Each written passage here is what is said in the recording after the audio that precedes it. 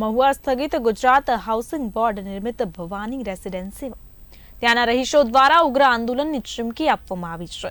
2018માં બનેલ Gujarat housing board નિર્મિત ભવાની રેસિડેન્સીમાં પાર્કિંગની જગ્યાએ દુકાનો બનાવી દેવામાં આવી હોય, પાર્કિંગની યોગ્ય વ્યવસ્થા ન થતા ત્યાંના રહીશો દ્વારા ઉગ્ર આંદોલનની ચીમકી ઉચ્ચારવામાં આવી છે। આ પાર્કિંગના પ્રશ્નોને લઈને વારંવાર ગુજરાત હાઉસિંગ બોર્ડને લેખિત તેમજ મૌખિક રજૂઆતો કરવામાં આવી છે, છતાં પણ હજુ પાર્કિંગનો પ્રશ્ન હલ થયો નથી।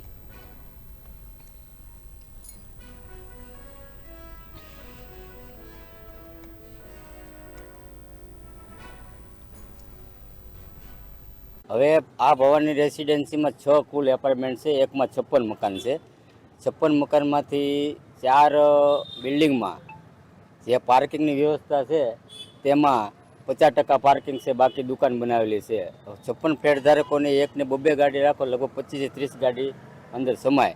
ચોમાસામાં લગભગ બધાને બહાર રાખવી પડે છે। ગમે દુકાનની વ્યવસ્થા બહાર કરો અથવા ગમે હાઉસિંગના ફ્લેટ ધારકોને પાર્કિંગની જગ્યા તમે ગમે ત્યાં બીજે ફાળવો તો ફ્લેટ ધારકો હેરાન થાય નહીં।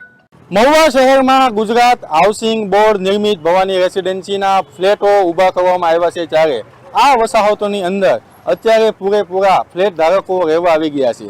આ ફ્લેટોની વાત કરવામાં આવે તો ફ્લેટ A, B અને C અને D આ જે 4 બિલ્ડિંગો છે એ 4 બિલ્ડિંગોની અંદર 50% પાર્કિંગ અત્યારે દુકાનો બનાવીને દબાવવામાં આવેલું છે, અને આ પાર્કિંગને હિસાબે ફ્લેટ ધારકોને અત્યારે પારાવાર મુશ્કેલીઓ પડી રહી છે।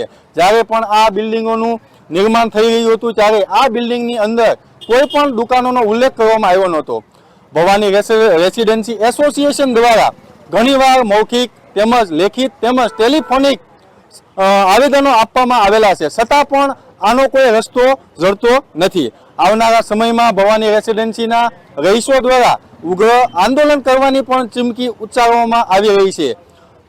તો આવનારા સમયમાં પરિણામો શું આવશે તે જોવું રહ્યું।